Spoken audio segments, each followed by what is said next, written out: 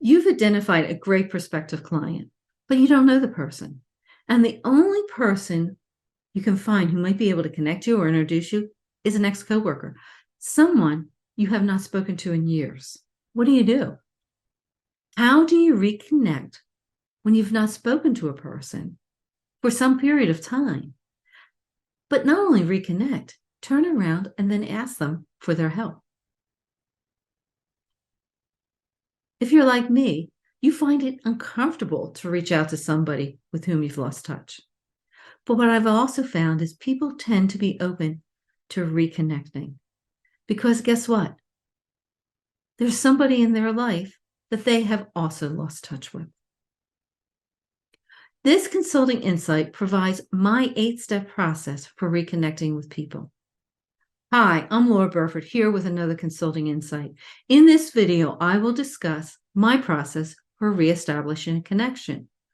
Because there is no right or wrong answer when it comes to reconnecting, let me know in the comment section below what you do to reconnect with somebody with whom you've lost touch. If you would like more consulting insights, please consider subscribing to this channel. And if you would like to be notified when the next video is available, click the bell. If you like this video, give me a thumbs up. If you're looking to assess your consulting knowledge, consider downloading the consulting assessment document. A link is provided in the description area below. When you're faced with trying to connect with a person that you don't know, and the only person you can find who might be able to connect you, introduce you, is someone with whom you've lost touch, you actually have 3 options. The first option is you don't try to connect at all. You write that prospective client off. You take them off your list. You ignore them. However, if you're like me, that's probably not the action you want to take. Another option is to write a personalized message to the prospective client. If done right, a personalized message is an extremely powerful way to connect with a person you don't know. But there is a right way to write that personalized message.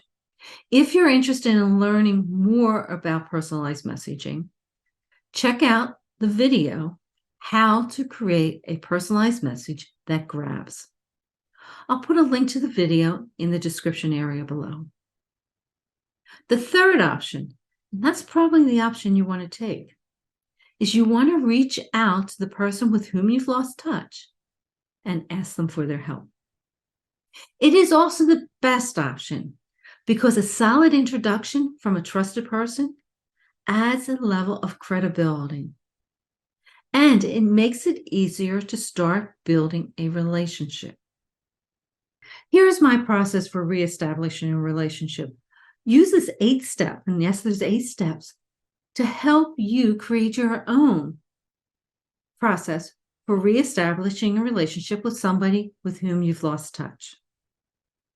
The first step is to start by communicating with them using their preferred communication method.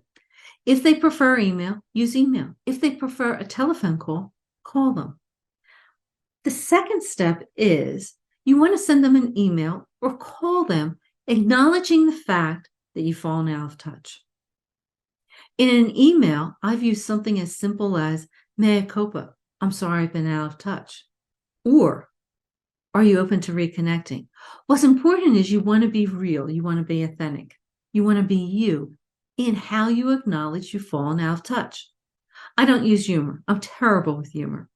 But if you're comfortable with humor and you know the person well enough to use humor, use it. You could use a humorous quote such as, "Boy, time sure flew. Where has it gone?" The third step, apologize for being out of touch. Provide a brief update to let the person know what has been going on professionally. And if appropriate, and only if appropriate, don't hesitate to provide a personal update. The fourth step, ask if they're open to helping you, but also provide them with an out, such as, "I'm sure you're busy. If now is not a good time, I understand. Then explain your ask. Why are you reaching out? What is the reason? Don't hesitate to say that based on my research, I believe you might be able to introduce me to, or based on my research, can you provide some background information on a particular person, or maybe it's an event? As you ask, be confident in your ask and be respectful of them and their time. Here's the thing. If they do say yes, you want to make it easy for them. You want to make it easy for them to help you. For example, if you're asking them to introduce you to somebody, write the email message for them. And better yet, write that message before you even reach out to ask them for their help. Try to reciprocate by asking them what you can do to help them. If they respond with nothing right now, let them know that they should not hesitate to reach out in the future. Number 7, never forget to thank them for their time and their help. The thank you could be a handwritten note or a small gift. Additionally, you want to let them know how their help helped you.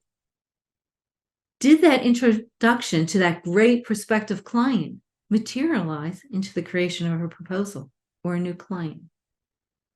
Number 8, and this is the final step, but this is a step that is often overlooked by people.